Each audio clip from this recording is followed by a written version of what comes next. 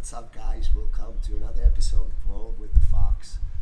Today I'm coming to you from beautiful Giardini Naxos in Sicily, which is part of Italy. So this is our hotel. Look at the pool. It's a beauty. I trained there the first day we arrived. I teach every day. I'm teaching also with Federico Tisi. He's first Italian black belt, so we'll talk to him in a little bit. But first, before we kind of go into some details and answering some questions, again, look at the pool, look at the flowers, and I don't know if you can see in the background is Mount Etna. Yeah. So let's go by the pool, and we'll cover some jiu-jitsu related questions, and then a little bit of technique as well. All right, guys, we're back. We're at the pool. By the way, I forgot to mention Mount Etna. Later on, we have a trip up to a winery on Mount Etna, and we're going to actually go up, not all the way up because it's an active volcano, but we're going to go up Mount Etna and do some sightseeing.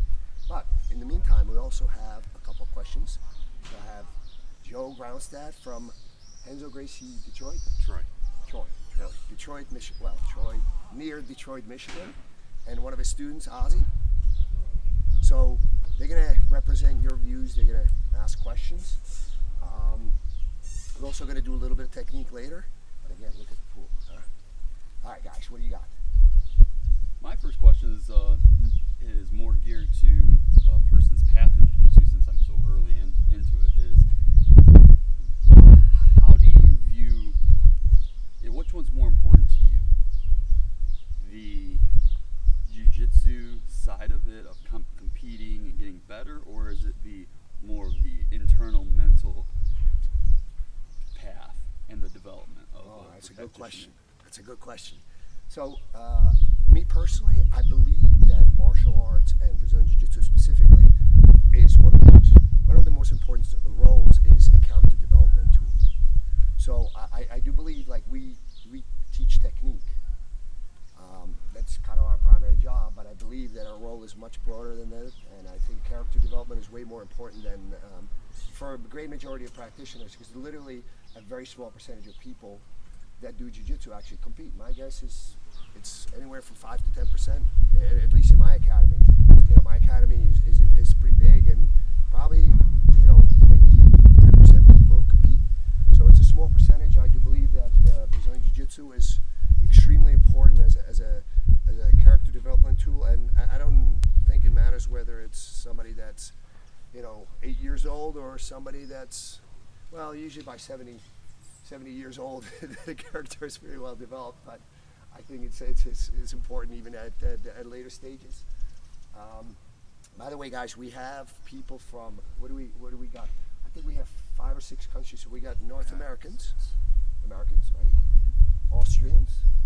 We got Italians from Northern Italy, Italians from Southern Italy. So it's almost like 2 different countries. Just kidding. And Holland and Czech.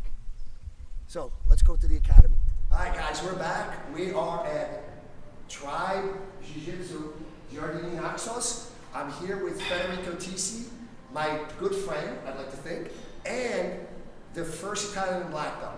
Very smart and nice individual, great jiu-jitsu. Thanks, man. Federico, how many affiliates you have in Italy? We have about 35, ranging from the north of Italy till Giardini Naxos, which is our southern outpost in Italy, in Sicily. But we have about 35, 36 affiliates that grind, have been around for about 24 years right now. Guys, if you're into jiu-jitsu and you're in Italy, this is the man for Italian jiu-jitsu. And we have fun too. So we're going to be teaching, so he and I teach in the morning, Federico in the afternoon, but tomorrow we have one super class, 3 hours of jiu-jitsu. We're going to be on the mats. What's the best way for people to follow? Well, obviously social media. You can either follow my personal profile or the Tribe Jiu-Jitsu Italia profile that we try to update every week with new content. And please, if you come to Italy and you wish to train Jiu-Jitsu, don't hesitate to go on tribejujitsu.com, find one of our affiliates, the one that is closest to where you will be staying, and do not hesitate to show up for a class or for training. The atmosphere is more than welcoming, and we're really happy to have people come over and train with us. It's amazing jiu-jitsu, guys, and you know jiu-jitsu is very important to me, but the people are truly great. I visited, Florence, Rome, Lecce, yes. Oh man, yeah, he's been around. Now we're in Sicily. Wait, we need to expand. We need to. Of course. Well, you need to. Right. Let's go to the mats, guys. We're going to do a little bit of technique, and I hope you enjoyed this week's episode. Just the audio may not be the greatest because we are on the road. C'è la luna mezza mare, mamma mia, mia madre. Figli mia cutterara, mamma mia, pensaccia tu. Se ti dogni alla musicante, ti vai, ti viene, sembra lo strumento in mano. Se ci piglia vanno sia lo strumento, figli mia. Oh mamma, zumba zumba baccola. Oh mamma, zumba zumba baccola. Oh mamma, zumba zumba baccola.